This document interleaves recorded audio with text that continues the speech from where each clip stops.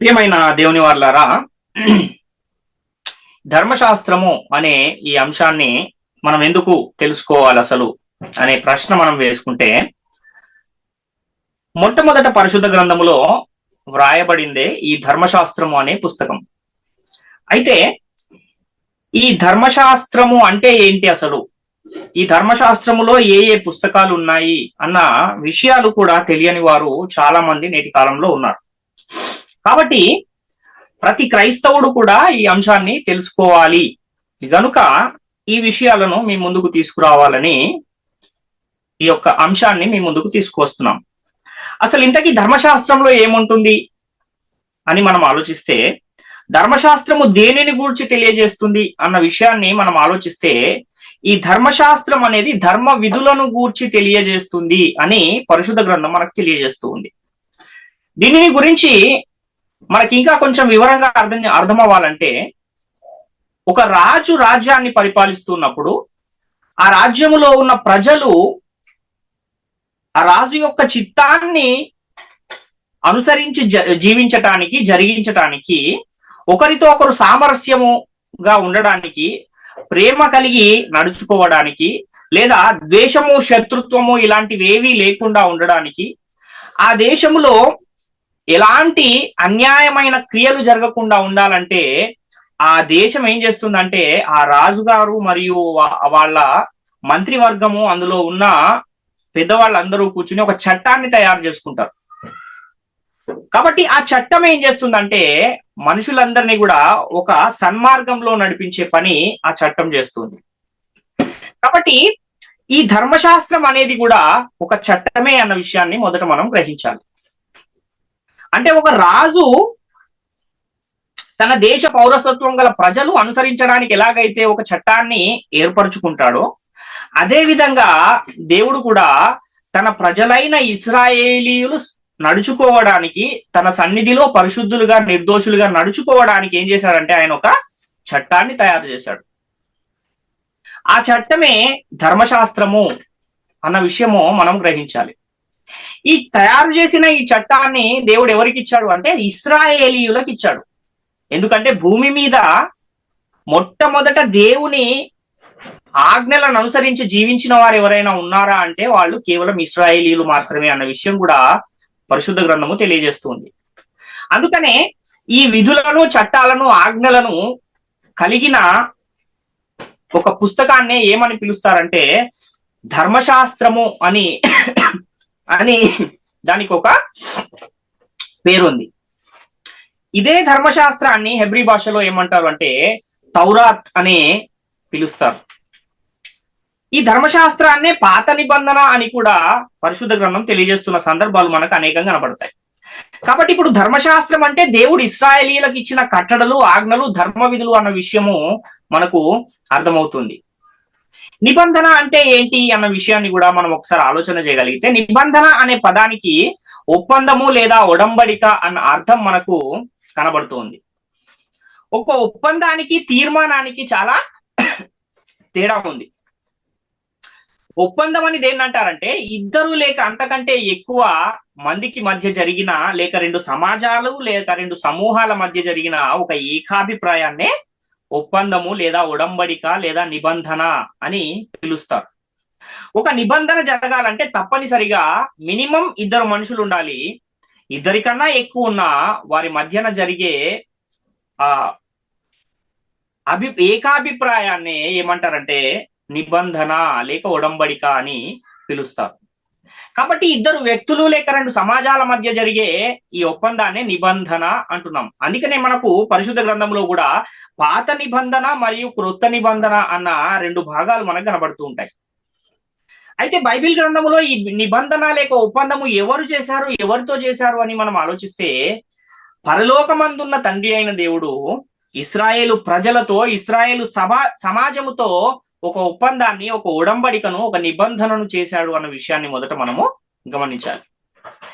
లేవియాకాండము 26వ అధ్యాయము 46వ వచనంలో మనము పరిశీలిస్తే, లేవియాకాండము 26వ అధ్యాయము 46వ వచనంలో, యెహోవా మోషే ద్వారా సీనాయి కొండ మీద తనకును ఇశ్రాయేలుకును మధ్య నియమించిన కట్టడలను, తీర్పులను, ఆజ్ఞలను ఇవే అంటున్నాడు.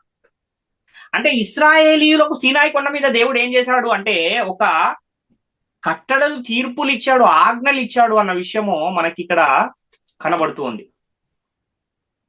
అదేవిధంగా మలాకీ గ్రంథము 4వ అధ్యాయం 4వ వచనాన్ని కూడా మనం చూడగలిగితే, హోరేబు కొండ మీద ఇశ్రాయేలీయులందరి కొరకై నేను నా సేవకుడైన మోషేకు ఆజ్ఞాపించిన ధర్మశాస్త్రమును దాని కట్టడలను విధులను జ్ఞాపకము చేసుకొనుడి అంటున్నాడు ఇక్కడ.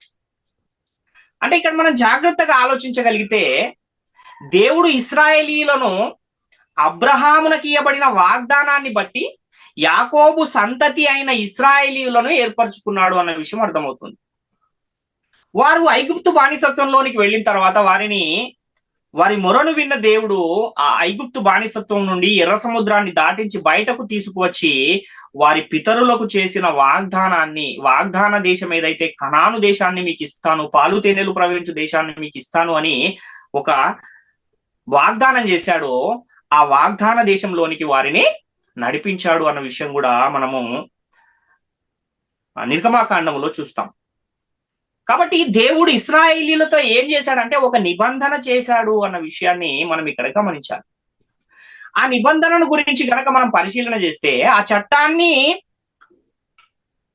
ఆ నిబంధనను మీరు అనుసరించి జీవిస్తే మీకేం లాభం కలుగుతుంది అంటే, ఈ చట్టాన్ని అనుసరించి జీవిస్తే మీరు ఎలా ఉంటారు అనే ఆ విషయాలను దేవుడు ఇశ్రాయేలీయులతో చెబుతూ ఉన్నాడు.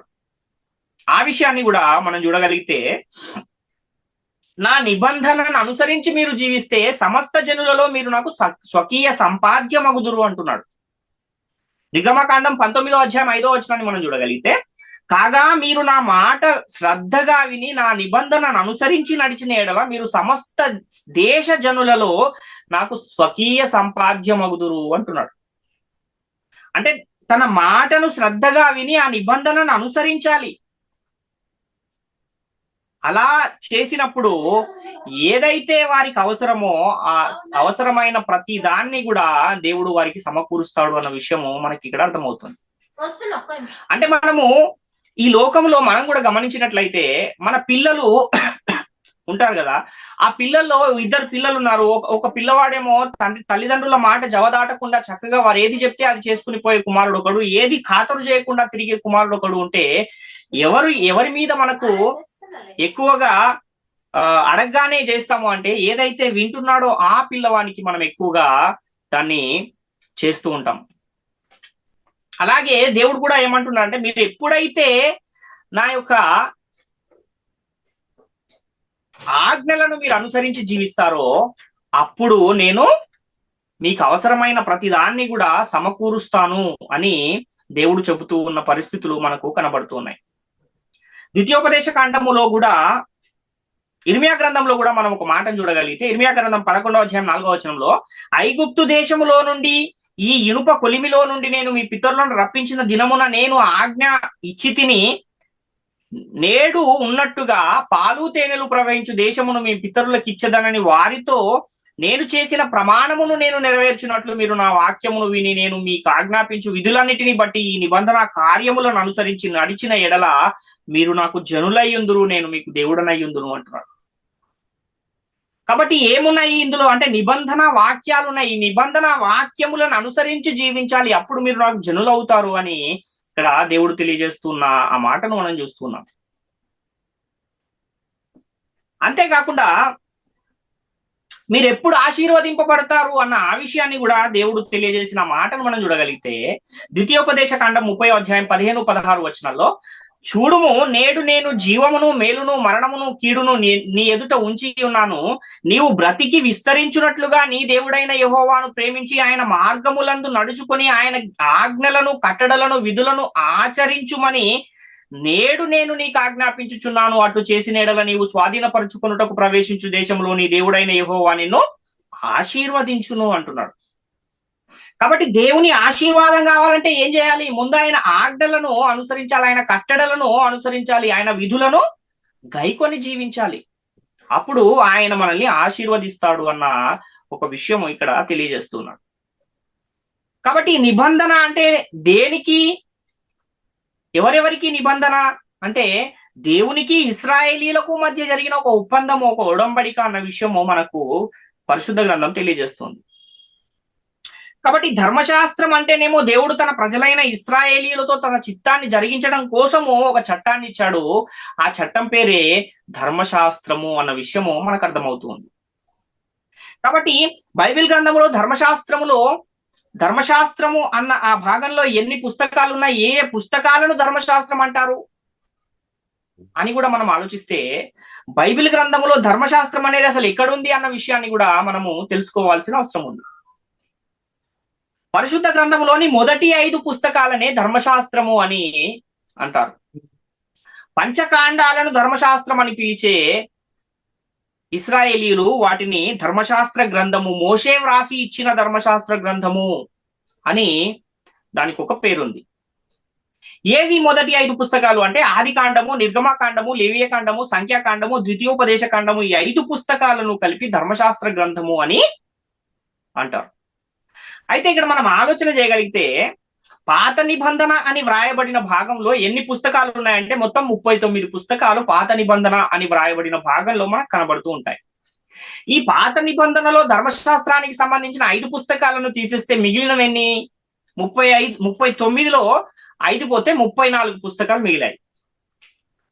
కాబట్టి ఈ పంచకాండాలను ధర్మశాస్త్ర గ్రంథములో దేవుని ఆజ్ఞలు, నిబంధన వాక్యాలు, కట్టడలు, విధులు, ధర్మశాస్త్ర ప్రధానములు ఇవన్నీ ఆ మొదటి 5 పుస్తకాలలో, పంచకాండాలలో లేదా ధర్మశాస్త్ర గ్రంథములో ఉన్నాయి. మరి మిగిలిన 34 పుస్తకాల్లో ఏముంది, అందులో ఏం రాయబడింది అన్న ఆ విషయాన్ని కూడా మనం ఆలోచిస్తే బైబిల్ గ్రంథము తెరవగానే మనకు పాత నిబంధన అని కనబడుతుంది. ఆ పాత నిబంధనలో 39 పుస్తకాలు ఉన్నాయి. ఆ పుస్తకాలలో ధర్మశాస్త్రానికి సంబంధించిన మొదటి 5 పుస్తకాలను తీసేస్తే మిగిలిన పుస్తకాల్లో ఏం రాయబడింది 34 పుస్తకాల్లో అంటే ధర్మశాస్త్ర చట్టాన్ని అనుసరించి జీవించిన ప్రజల జీవిత చరిత్ర మనకు ఆ మిగిలిన పుస్తకాలలో కనబడుతుంది అన్న విషయాన్ని మొదట మనము గ్రహించాలి. అంటే ఈ మిగిలిన 34 పుస్తకాలలో ఏమున్నాయంటే చరిత్ర పుస్తకాలు కొన్ని ఉన్నాయి, అలాగే పద్య భాగాలు కొన్ని ఉన్నాయి, అలాగే ప్రవక్తల గ్రంథాలు కొన్ని ఉన్నాయి. వీటన్నిటినీ కలిపి పాత నిబంధన అన్న పేరు మనకు బైబిల్ గ్రంథములో మొదటి పేజీ తీయగానే కనబడుతుంది. కాబట్టి ఈ ధర్మశాస్త్రాన్ని అనుసరించి జీవించిన ప్రజల జీవిత చరిత్ర ఈ 34 పుస్తకాలలోనే ఉందా, లేక బైబిల్ గ్రంథంలో ఇంకా ఎక్కడైనా మనకు కనబడుతుందా అన్న ఆ విషయాన్ని కూడా మనం ఆలోచిస్తే ధర్మశాస్త్రం ఎప్పటి వరకు అయితే అమల్లో ఉంటుందో అప్పటి వరకు కూడా ధర్మశాస్త్రాన్ని అనుసరించి జీవించిన ప్రజల జీవిత చరిత్ర వ్రాయబడి ఉంటుంది అన్న విషయము మనము గ్రహించాలి. అయితే ఈ ధర్మశాస్త్రం ఎప్పటి వరకు అమల్లో ఉంది అంటే మనకు పరిశుద్ధ గ్రంథములో మీకును మాకును ఉండిన ద్వేషమును విధిరూపకమైన ఆజ్ఞలు గల ధర్మశాస్త్రమును కొట్టివేయుట చేత మధ్యగోడను పడగొట్టి మన ఉభయులను ఏకము చేసెను అని మనకు ఎఫెసీ పత్రిక 3వ అధ్యాయంలో 13 నుంచి 15 వచనాల్లో కనబడుతుంది. అంటే ఈ ధర్మశాస్త్రం అనేది ఎప్పటి వరకు ఉంది అనంటే అది యేసుక్రీస్తు వచ్చి శిలువలో చనిపోయేంత వరకు కూడా ఆ ధర్మశాస్త్రం అనేది అమల్లో ఉంది అన్న విషయాన్ని మనం గమనించాలి. అంటే యేసుక్రీస్తు ఏం చేశాడు అంటే మీకును మాకును అంటే ఇశ్రాయేలీయులకును అన్యజనులకును మధ్య అడ్డుగోడ అయిన ధర్మశాస్త్రాన్ని ఏం చేశాడు, కొట్టివేశాడు అన్న విషయము మనకు చాలా స్పష్టంగా పరిశుద్ధ గ్రంథం తెలియజేస్తుంది. రోమపత్రిక 10వ అధ్యాయం 4వ వచనంలో కూడా యేసుక్రీస్తు ధర్మశాస్త్రమునకు సమాప్తి అయి ఉన్నాడు అన్న మాట మనకు కనబడుతుంది. అదే విధంగా కొలసి పత్రికలో కూడా 2వ అధ్యాయము 13 నుంచి 15 వచనాల్లో సిలువలో ఆయన ఏం చేశాడంట, ధర్మశాస్త్రాన్ని కొట్టివేశాడు అన్న విషయం అక్కడ మనకు చాలా స్పష్టంగా కనబడుతుంది. వ్రాత రూపకమైన ఆజ్ఞలు గల ధర్మశాస్త్రమును మేకులతో సిలువకు కొట్టి దాని నుండి మనల్ని ఏం చేశాడు, విడిపించాడు. కాబట్టి ఈ విషయాలను మనం పరిశీలించిన తర్వాత యేసుక్రీస్తు శిలువ మరణం వరకు కూడా ధర్మశాస్త్రం అమల్లో ఉంది అన్న విషయం అర్థమవుతుంది. అంటే పాత నిబంధనలో 34 పుస్తకాల్లో ధర్మశాస్త్రాన్ని అనుసరించి జీవించిన ప్రజల జీవిత చరిత్ర మనకు కనబడుతుంది. అలాగే యేసుక్రీస్తు మరణ సమాధి పునరుత్థానముల సమాచారము ఎంతవరకైతే వ్రాయబడి ఉందో అంతవరకు కూడా మనకు ధర్మశాస్త్రాన్ని అనుసరించి జీవించిన ప్రజల జీవిత చరిత్ర కనబడుతుంది అని మనకు అర్థమవుతూ ఉంది.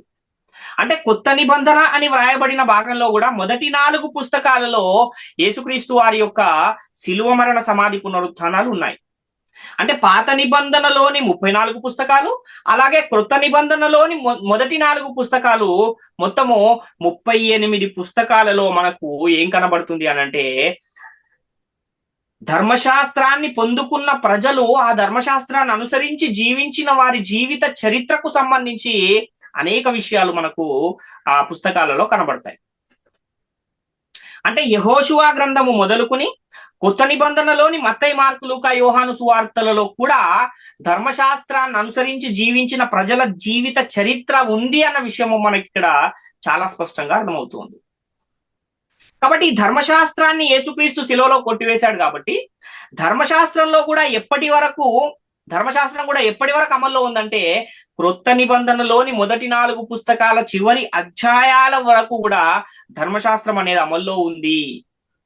కనుక కొత్త నిబంధన అని వ్రాయబడిన భాగంలోని మొదటి 4 పుస్తకాల వరకు కూడా ఉన్నదేంటి అని మనం ఆలోచిస్తే, ధర్మశాస్త్ర చట్టాలను అనుసరించి జీవించిన ప్రజల జీవిత చరిత్ర మనకు ఆ కొత్త నిబంధన అని వ్రాయబడిన భాగంలోని మొదటి 4 పుస్తకాలలో కూడా ఉంది అన్న విషయం అర్థమవుతుంది.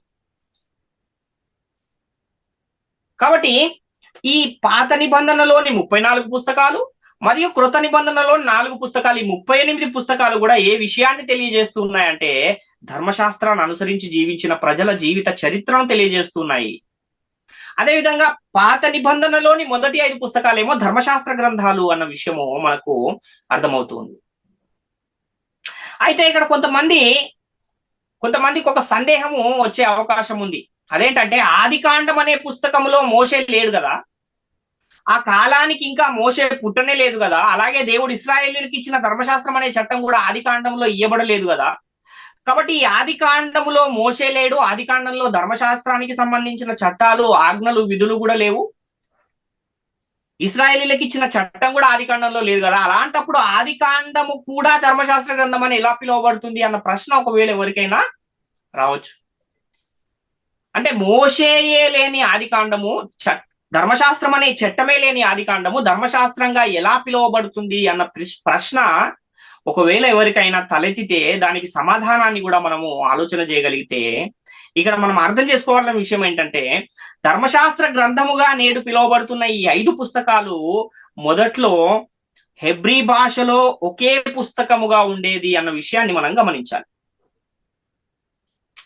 అంటే ఆదికాండము, నిర్గమకాండము, లేవియకాండము, సంఖ్యాకాండము, ద్వితీయోపదేశ కాండము అన్న ఈ పేర్లు తర్వాత పెట్టబడ్డాయి. మొదట అది ఒక ధర్మశాస్త్ర గ్రంథము అన్న ఒకే పుస్తకంగా అది పిలువబడేది, అది కూడా హెబ్రీ భాషలో వ్రాయబడి ఉండేది అన్న విషయాన్ని మనం గమనించాలి.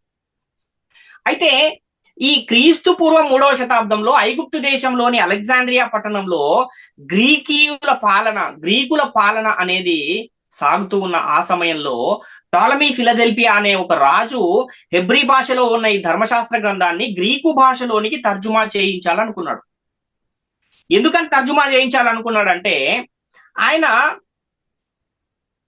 పుస్తకాలను చదవటంలో కొంచెం ఆసక్తి కలిగిన వాడు కనుక అలెగ్జాండ్రియా అనే పట్టణంలో ఒక గ్రంథాలయాన్ని స్థాపించాడు. అందులో సుమారుగా ఒక 2 లక్షల పుస్తకాలు ఉండేవి అని చరిత్రకారులు చెబుతూ ఉంటారు.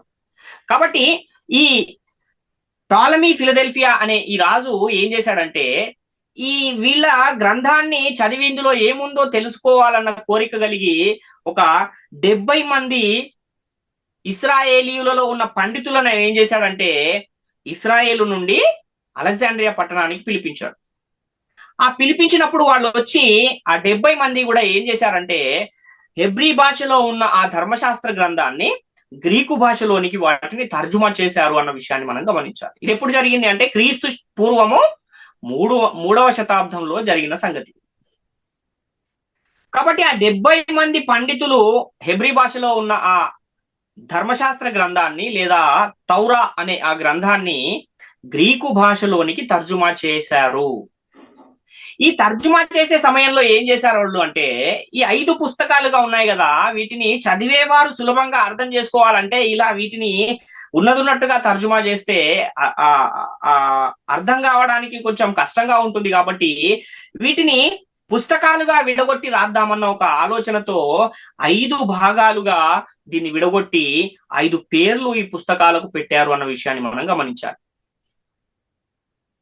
ఈ 70 మంది దీన్ని రాశారు కనుక దీనికి సెప్టావజెంట్ అనే పేరు కూడా ఉంది. సెప్టావజెంట్ అంటే 70 అన్న అర్థం వస్తుంది. గ్రీకు సంఖ్యలో సెప్టావజెంట్ అంటే 70 అనే అర్థం ఉంది కనుక దాన్ని 70 మంది రాశారు కనుక సెప్టావజెంట్ అని కూడా దానికి ఒక పేరుంది. అంటే ధర్మశాస్త్రం అన్న పేరుంది, తౌరా అన్న పేరుంది, సెప్టావజెంట్ అన్న పేరు కూడా ఉంది ఈ మొదటి 5 పుస్తకాలు. కాబట్టి ఈ 5 పేర్లను కూడా సందర్భానుసారంగా మొదటి పుస్తకంలో జరిగిన సంగతులన్నీ కూడా ఆదిలో సంభవించాయి గనుక, ఆదిలో జరిగాయి గనుక ఆ ఆదిలో జరిగిన సంగతులను, దేవుడు చేసిన సృష్టిని, ఆ తర్వాత జనుల విస్తరణకు సంబంధించిన విషయాలన్నిటినీ ఒక చోట తీసుకొచ్చి దానికి ఆది కాండము అన్న పేరును పెట్టారు. ఆ తర్వాత ఇశ్రాయేలీయులు ఐగుప్తు దేశంలో బానిసలుగా ఉంటూ ఆ దేశం నుండి తిరిగి తమ పితరులకు దేవుడు వాగ్దానం చేసిన కనాను దేశంలోనికి వస్తూ ఉన్నప్పుడు, ఆ కనాను దేశానికి ఐగుప్తు నుండి కనాను వరకు వీళ్ళు ప్రయాణం చేసిన ఆ చరిత్ర అంతా కూడా ఒక పుస్తకంగా రాశారు. దానికి ఏం పేరు పెట్టారంటే నిర్గమకాండము అన్న పేరు పెట్టారు. ఎందుకని నిర్గమకాండం అన్న పేరు పెట్టారంటే, నిర్గమము అనే మాటకు బయటకు వెళ్ళుట అన్న అర్థము ఉంది. కాబట్టి వాళ్ళు తమది కాని దేశంలో బానిసలుగా ఉన్నారు, అక్కడి నుంచి మళ్ళా తమ దేశానికి బయటకి వస్తూ ఉన్నారు గనుక దానికి నిర్గమాకాండము అన్న పేరును పెట్టారు. ఇంగ్లీష్ లో ఎక్సోడస్ అంటే కూడా కమ్ అవుట్, బయటకి రావటం. కాబట్టి వాళ్ళు ఆ దేశం నుంచి బయటకు వస్తున్నారు కనుకనే ఈ నిర్గమాకాండము అన్న పేరు వారి యొక్క ఐగుప్తు దేశం నుండి కనాను దేశం వరకు ప్రయాణం చేసిన ఆ వృత్తాంతాన్ని అంతా రాసి దానికి నిర్గమాకాండం అన్న పేరును పెట్టారు అన్న విషయాన్ని మనం గమనించాలి.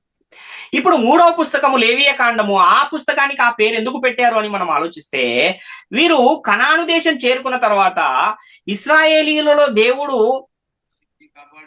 ఆ మందిరంలో ఏదైతే పని జరుగుతుందో, దేవుని ప్రత్యక్ష గుడారంలో మందసం దగ్గర బలిపీఠము, ఆ బలిపీఠం దగ్గర జరిగే సేవా కార్యక్రమాలు, తర్వాత లేవీయులనే ఆ సేవ చేయడానికి ఎన్నుకున్న దేవుడు వారిని అక్కడ ఉంచి వారి చేత ఏ కార్యాలు చేయాలి, ఎలా చేయాలి, బలులు ఎలా అర్పించాలి, పాప పరిహారం ఎలా చేయాలి, ఇవన్నింటినీ వారికి అప్పగించాడు. తర్వాత ఈ లేవీయులు చేసే ప్రతి పనిని కూడా విపులంగా అందులో వ్రాయించాడు. గనుకనే దీనంతటికీ కూడా ఏం పేరు పెట్టారంటే లేవీయ కాండము అన్న పేరును పెట్టారు. ఎందుకంటే ఈ లేవీయ కాండములో లేవీయులు చేయు పనులను గూర్చిన వివరాలు ఎక్కువగా మనకు కనబడుతూ ఉంటాయి. ఆ తర్వాత సంఖ్యాకాండము అన్న పేరు ఎందుకు పెట్టారు అన్న ఆ విషయాన్ని కూడా మనం చూడగలిగితే, ఆ తర్వాత దేవుడు ఇశ్రాయేలీలలో ఉన్న జనులను లెక్కించమన్న ఒక ఆజ్ఞను జారీ చేశాడు. అంటే మీ యొక్క ఇశ్రాయేలు జనాంగములో ఎంతమంది పిల్లలు ఉన్నారు, ఎంతమంది స్త్రీలు ఉన్నారు, ఎంతమంది పురుషులు ఉన్నారు, ఎంతమంది యుద్ధము చేయగల సమర్థులు ఉన్నారు, వీరందరినీ కూడా లెక్కించండి అన్న ఒక మాట చెప్పాడు. కనుక ఆ లెక్కించడానికి సంబంధించిన అనేక సందర్భాలు ఈ సంఖ్యాకాండంలో కనబడుతుంటాయి. సంఖ్య అంటే నంబర్, కాబట్టి సంఖ్యాకాండము, లెక్కించటము అన్న ఆ పేరుని ఆ గ్రంథానికి 4వ పుస్తకానికి పెట్టినట్టుగా మనం చూస్తున్నాం. చివరగా ఈ ద్వితీయోపదేశ కాండము అన్న పేరు ఎందుకు పెట్టారు అని ఆ విషయాన్ని కూడా మనం ఆలోచిస్తే, ఇంకా మోషే గారు కనాను దేశానికి రాబోతూ ఉన్నప్పుడు, ఇంకా ఆ మోషే గారికి దేవుడు భూమి మీద నియమించిన దినములన్నీ అయిపోయిన తర్వాత, ఇంకా ఆయన చనిపోతాడు అన్న తరుణంలో మరలా నేను వెళ్ళిపోయిన తర్వాత వీరు దారి తప్పిపోతారేమోనని దేవుడు ఆజ్ఞాపించిన విషయాలన్నింటినీ ఇంకొకసారి మరలా వారికి ఉపదేశిస్తూ ఉన్నాడు. కాబట్టి ఆ మాటలన్నీ మళ్ళా రెండవసారి చెబుతూ ఉన్నాడు గనుక దానికి ద్వితీయోపదేశ కాండము అన్న పేరును పెట్టారు. ద్వితీయ ఉపదేశము, రెండవసారి ఉపదేశించుట అన్న అర్థము ఈ యొక్క గ్రంథానికి పెట్టడం జరిగింది. కాబట్టి నేడు మనకు మొదటి 5 కాండాలుగా 5 భాగాలుగా కనబడుతున్నాయి, కానీ మొదట్లో ఈ 5 పుస్తకాలు కలిపి ఒకే పుస్తకంగా ఉండేది. దాన్నే ధర్మశాస్త్ర గ్రంథము అని పిలిచేవారు. దేవుని చేత రాజుగా నియమింపబడిన ప్రతి రాజు దగ్గర కూడా ఈ ధర్మశాస్త్రము ప్రతి ఒక్కటి ఉండేది. ఎందుకంటే అదే వాళ్ళ చట్టము గనుక. నిర్గమకాండము 24వ అధ్యాయము 12వ వచనాన్ని మనం చూడగలిగితే, అప్పుడు యెహోవా మోషేతో ఇట్లా, నేను నీవు కొండ ఎక్కి నా యొద్దకు వచ్చి అచ్చట నుండుము, నీవు వారికి బోధించున్నట్లు నేను రాసిన ఆజ్ఞలను ధర్మశాస్త్రమును రాతి పలకలను నీకు ఇచ్చేదనగా అంటున్నాడు.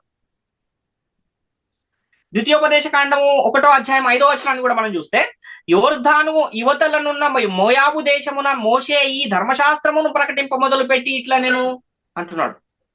అదేవిధంగా ద్వితీయోపదేశ కాండం 4వ అధ్యాయం 44వ వచనంలో కూడా మోషే ఇశ్రాయేలులకు ఇచ్చిన ధర్మశాస్త్రము ఇది అంటున్నాడు. అంటే తర్వాత వస్తూ ఉంటే ఆది కాండములో నిర్గమాకాండములో మోషే ఇచ్చిన ఆజ్ఞలు అన్న మాట ఇక్కడ మనకు కనబడదు. ద్వితీయోపదేశ కాండంలో మోషే ఇచ్చిన ఆజ్ఞలను ఇక్కడ కనబడదు. ఎందుకంటే ముందు అది ఎలా ఉందంటే ధర్మశాస్త్ర గ్రంథముగానే ఉంది కనుక, ధర్మశాస్త్ర గ్రంథములో వ్రాయబడిన నిబంధనలు, ధర్మశాస్త్ర గ్రంథము దేవుడు ఇశ్రాయేలీలకు ఇచ్చిన ధర్మశాస్త్రము అన్న ఈ మాటలే ఎక్కువగా మనకు కనబడుతూ ఉంటాయి. ద్వితీయోపదేశ కాండం 31వ అధ్యాయం 9వ వచనాన్ని కూడా చూస్తే, మోషే ఈ ధర్మశాస్త్రమును వ్రాసి యెహోవా నిబంధన మందసమును మోయి యాజకులైన లేవీయులకును ఇశ్రాయేలీయుల పెద్దలందరికీ దానిని అప్పగించను అని ఇక్కడ చూస్తున్నాం. అంటే వారు నడుచుకొనుటకు అదేంటి అనంటే ఒక చట్టము, కట్టడలు, విధులు, ఆజ్ఞలు. ఏం చేస్తాయి ఇవన్నీ అంటే వారిని ఒక క్రమ పద్ధతిలో దేవుని మార్గంలో నడిపిస్తూ ఉంటాయి. కనుకనే చట్టంగా దేవుడు వారికి ఇచ్చిన సందర్భాలు మనకు కనబడుతూ ఉన్నాయి. యెహోషువ గ్రంథం 8వ అధ్యాయం 32వ వచనాన్ని కూడా మనం చూస్తే, మోషే ఇశ్రాయేలీయులకు రాసి ఇచ్చిన ధర్మశాస్త్ర గ్రంథమును ఒక ప్రతిని అతడు అక్కడ ఆ రాళ్ల మీద వ్రాయించాను అంటున్నాడు. అంటే దేవుడు తెలియజేస్తూ ఉన్నప్పుడు ఇశ్రాయేలీలకు ఎవరు రాసి ఇచ్చారు ఇదంటే ధర్మశాస్త్రాన్ని మోషే గారు రాసి ఇచ్చారు అన్న విషయము ఇక్కడ మనకు చాలా స్పష్టంగా కనబడుతుంది. కాబట్టి ఆది కాండము కూడా ధర్మశాస్త్ర గ్రంథాలలో ఎందుకు లెక్కించబడుతుంది అంటే తర్జుమా చేయకముందు అది ఒకే పుస్తకంగా ఉంది. ఆ సందర్భాలన్నీ కలిపి ఒక ధర్మశాస్త్ర గ్రంథంగా పిలువబడేది. ఈ పేర్లు అనేవి తర్వాత వీళ్ళు వాటిని చదివే వారికి సులభంగా అర్థం కావడానికి వాటిని విభజించి రాశారు తప్ప ముందు పేర్లు లేవు అన్న విషయాన్ని మొదట మనం గమనించాలి. అయితే మోషే వ్రాసింది ధర్మశాస్త్రం అయితే మరి కీర్తనల గ్రంథాన్ని కూడా ధర్మశాస్త్రం అని, అలాగే ప్రవక్తల గ్రంథాలలో కొన్నింటిని కూడా ధర్మశాస్త్రం అని బైబిల్ గ్రంథం ఎందుకు చెబుతుంది అనే ప్రశ్న కొంతమందికి, అంటే బైబిల్ గ్రంథాన్ని పరిశీలించే వారికి కొంతమందికి ఈ ప్రశ్న కూడా తలెత్తే అవకాశం ఉంది.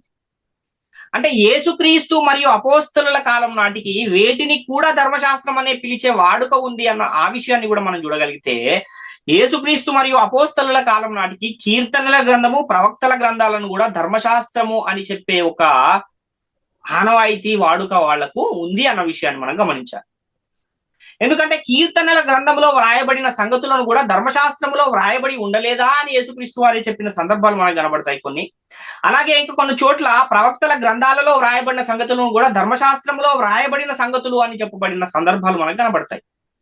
వాటికి ఉదాహరణగా మనము యేసుక్రీస్తు వారు చెప్పిన ఒక మాటను చూడగలిగితే, యోహాను సువార్త 10వ అధ్యాయం 34వ వచనంలో, అందుకు యేసు, మీరు దైవములని నేనంటినని మీ ధర్మశాస్త్రములో వ్రాయబడి ఉండలేదా అని ఇక్కడ ఒక మాట మనకు కనబడుతుంది.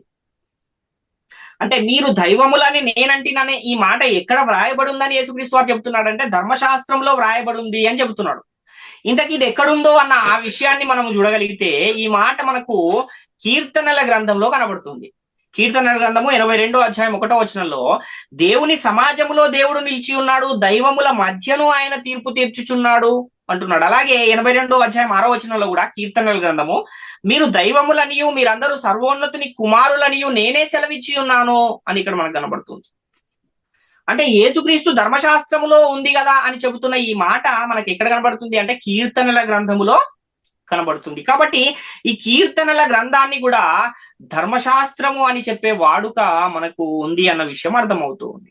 అంటే యేసుక్రీస్తు వారు జీవించిన కాలంలో ఆ కాలానికి కీర్తనల గ్రంథాన్ని కూడా ధర్మశాస్త్రం అని పిలిచేవారు అన్న విషయం అర్థమవుతుంది. యోహాను సువార్తలో కూడా 12వ అధ్యాయము 32 నుంచి 34 వచనాలు మనం చూడగలిగితే, నేను భూమి మీద నుండి పైకెత్తబడిన ఎడల అందరినీ నా యొద్దకు ఆకర్షించుకొందునని చెప్పాను. తాను ఏ విధముగా మరణము పొందవలసి ఉండేనో సూచించుచు ఆయన ఆ మాట చెప్పాను. జనసమూహము క్రీస్తు ఎల్లప్పుడూ ఉండునని ధర్మశాస్త్రము చెప్పుట వింటిమి. మనుష్య కుమారుడు పైకెత్తబడవలనని నీవు చెప్పుచున్న సంగతి ఏమిటి? మనుష్య కుమారుడగు ఈయన ఎవరని ఆయనను అడిగిరి అని చూస్తున్నాం. ఇక్కడ క్రీస్తు ఎల్లప్పుడూ ఉండునని ఎవరు చెబుతున్నారట? ధర్మశాస్త్ర గ్రంథము చెబుతుంది అని అక్కడ ఉన్న జనులు చెబుతూ ఉన్నారు. మరి క్రీస్తు ఎల్లప్పుడూ ఉండునన్న ఈ మాట మనకి ఎక్కడ కనబడుతుంది? పరిశుద్ధ గ్రంథములో, అంటే కీర్తనల గ్రంథము 110వ అధ్యాయం 4వ వచనంలో ఈ మాట మనకు కనబడుతుంది. మెల్కీసెదకు క్రమము చొప్పున నీవు నిరంతరము యాజకుడవయ్యుందు అని యెహోవా ప్రమాణము చేసి ఉన్నాడు, ఆయన మాట తప్పని వాడు అంటున్నాడు. అంటే యేసుక్రీస్తు నిరంతరము ఉంటాడు యాజకుడుగా అన్న విషయము ఇక్కడ మనకు కనబడుతుంది.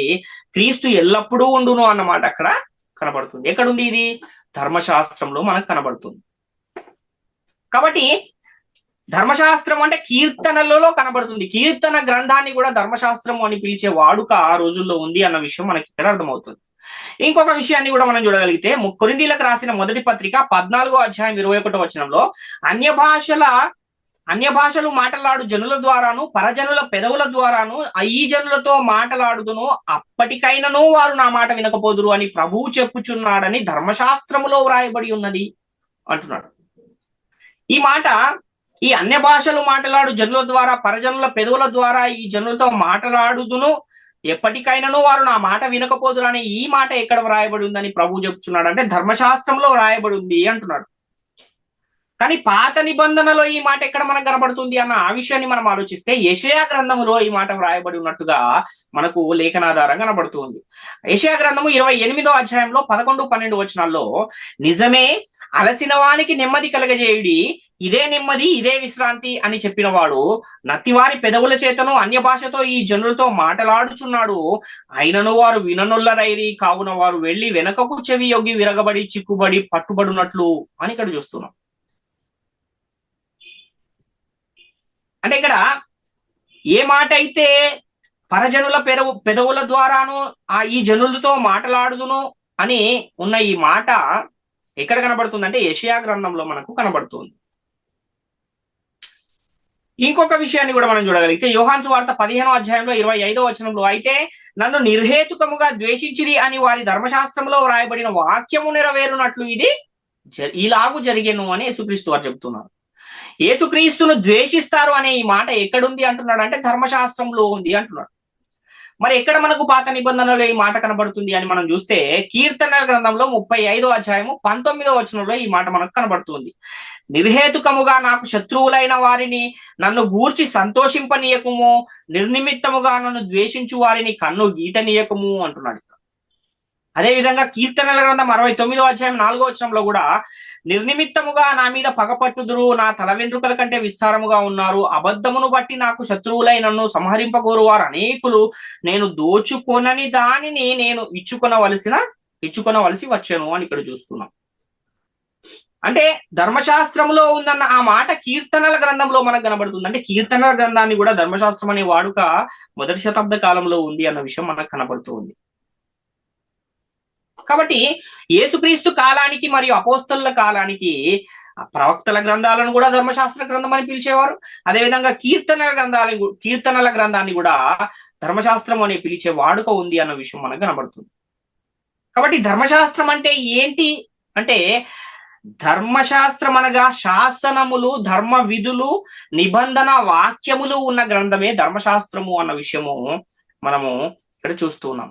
అంటే దేవుడు ఇశ్రాయేలీలతో చేసిన ఒక ఒప్పందము లేదా నిబంధన, అదే ఒడంబడిక, దానినే ధర్మశాస్త్రము అని పిలుస్తూ ఉన్నారు అన్న విషయం మనకు అర్థమవుతుంది. అలాగే పరిశుద్ధ గ్రంథములోని మొదటి 5 పుస్తకాలను కూడా ధర్మశాస్త్ర గ్రంథం అని అంటారు. ఎందుకంటే అది అంతకు ముందు అది ఒకే పుస్తకంగా ధర్మశాస్త్ర గ్రంథము అని పిలువబడుతుంది. కానీ తర్వాత ఎప్పుడైతే అది గ్రీకులోనికి తర్జుమా చేయబడిందో అప్పుడు అది 5 భాగాలుగా విడగొట్టబడి చదివే వారికి సులభంగా అర్థం కావడానికి ఆ విధంగా దాన్ని విభజించి వ్రాశారు అన్న విషయాన్ని మనం గమనించవలసిన అవసరం ఉంది ప్రియులారా.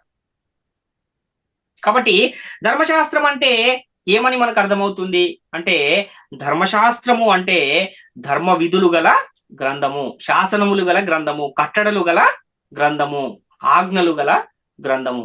ఎవరిచ్చారు ఈ ఆజ్ఞలు, శాసనములు, విధులు, కట్టడలు అంటే దేవుడు ఇచ్చాడు. ఎవరికి ఇచ్చాడు? ఇశ్రాయేలీయులకు ఇచ్చాడు. ఇశ్రాయేలీయులు అనుసరించే చట్టము వారి యొక్క రాజ్యము ఎవరైతే రాజుగా నియమింపబడతారో ఆ రాజు ఆ యొక్క ప్రతిని తన యుద్ధ పెట్టుకుని ఆ ధర్మశాస్త్ర గ్రంథం ప్రకారంగా ఆ ఇస్రాయేలీయులను పరిపాలించిన అనేక సందర్భాలు మనకు పరిశుద్ధ గ్రంథంలో కనబడతాయి. కాబట్టి ప్రియులారా, ప్రాముఖ్యమైన ఈ విషయాలన్నీ కూడా ప్రతి ఒక్కరు గమనించి గ్రహించి దేవుని కృపకు పాత్రులుగా ఉండాలని మిమ్మల్ని అందరినీ వేడుకొని ఈ నా మాటలు ముగిస్తున్నాను. అందరికీ వందనాలు.